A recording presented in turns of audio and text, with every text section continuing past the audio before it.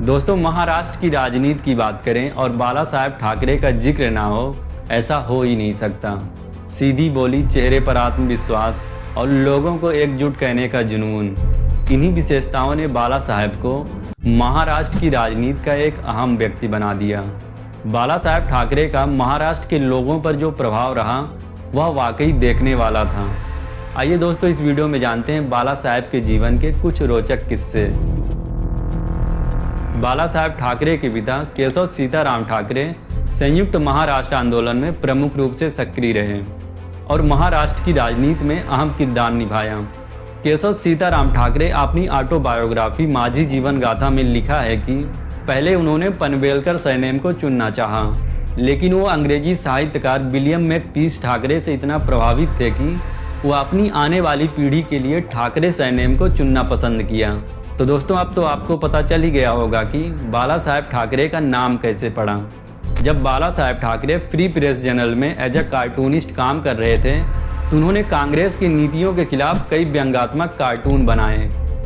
इन्हीं दिनों flora fountain, जो आज का हुतात्मा चौक है, वहाँ संयुक्त राष्ट्र महासभा द्वारा मुंबई स्टेट को लेकर एक आंदोलन हुआ, जिसका मुद्दा था मुंबई स्टेट को महाराष्ट्र को सौंपा जाए, ना कि यूनियन टेरिटरी बनाया जाए और ना ही गुजरात में शामिल किया जाए, क्योंकि मुंबई में मराठी बोलने वाले लोग ज़्यादा हैं, ना कि कोई और। दूसरी तरफ एक और ऐसा ही मूवमेंट था, महाराष्ट्र गुजरात मूवमेंट, जिसको गुजराती सपोर्ट कर रहे थे। मोरारजी देसाई उस समय बहुत बड़े राष्ट्रवादी नेता थे और बॉम्बे स्टेट के मुख्यमंत्री भी। वो बांटने की राजनीति के सख्त खिलाफ थे। 21 नवंबर 1955 के दिन इस आंदोलन के दौरान पुलिस फायरिंग में 15 लोगों की मौत हो गई और कई लोग घायल हुए। बाला साहेब ठाकरे ने इसके लिए मोरारजी देसाई को जिम्मेदार माना और अगले दिन अखबार में कार्टून बनाया, जिसमें मोरारजी देसाई को एज अ मैन ईटर बताया गया। बाला साहेब ठाकरे के एक बयान ने तब तहलका मचा दिया था जब उन्होंने कहा था कि वो एडोल्फ हिटलर के बहुत बड़े प्रशंसक हैं। उन्होंने कहा कि जिस तरह से एडोल्फ हिटलर ने अपनी विचारधारा जन जन तक पहुंचाया, वह वाकई काबिले तारीफ था।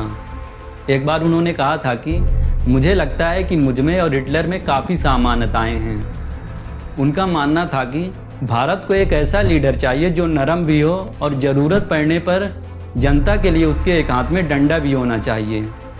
हालांकि 21 जनवरी 2007 में उन्होंने अपने इस बयान पर सफाई भी दी। उन्होंने कहा कि हिटलर एक क्रूर शासक था, लेकिन वह मेरी तरह कलाकार भी था। उसको देश और जनता को साथ लेकर चलना आता था, लेकिन यहूदियों का कत्लेआम बुरा था। हर इंसान में कुछ अच्छाइयाँ होती हैं, कुछ बुराइयाँ भी।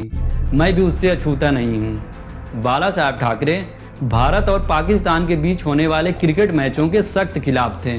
एक बार होम मिनिस्टर सुशील कुमार शिंदे ने ये कहा कि हमें लगता है कि पुरानी बातों को भुलाकर नई शुरुआत करनी चाहिए।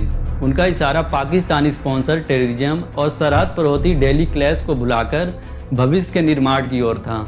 इस पर बाला साहब ठाकरे ने उन्हें आड़े हाथों लिया और अपने अखबार सामना में उन्हें ऐसी गलती ना कहने की हिदायत दी और साथ ही ये भी कहा कि वो महाराष्ट्र ही नहीं बल्कि पूरे भारत में कहीं भी मैच नहीं होने देंगे।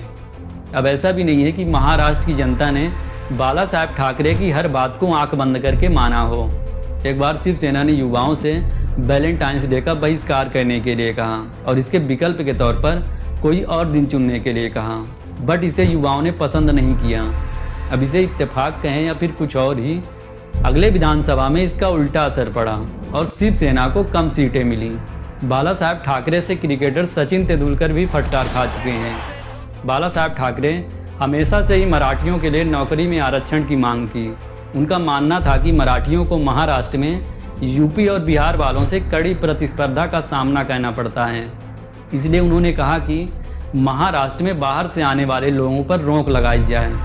इस पर सचिन तेंदुलकर ने यह कह दिया कि महाराष्ट्र तो पूरे भारत का है, यहाँ कोई भी आ जा सकता है।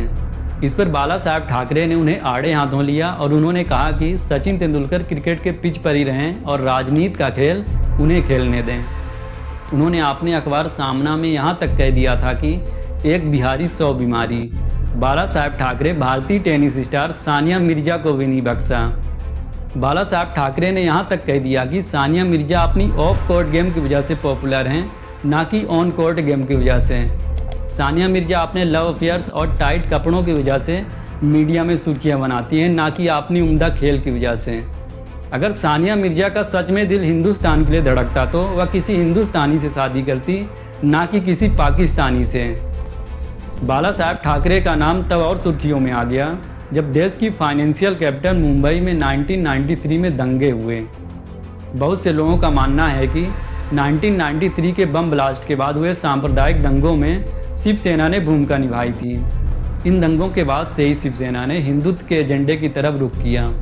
दोस्तों, बात साल 1975 की है, जब तत्कालीन प्रधानमंत्री इंदिरा गांधी जी ने पूरे भारत में इमरजेंसी लगाई। जब पूरा भारत इमरजेंसी के खिलाफ था तो बाला साहब ठाकरे इमरजेंसी के समर्थन में आए और आने वाले कुछ ही सालों में शिवसेना ने पूरे महाराष्ट्र में अपनी जड़ें जमा ली। बाला साहब ठाकरे की मृत्यु 17 नवंबर 2012 को कार्डियक अरेस्ट से मुंबई में हुई। वो 86 साल के थे।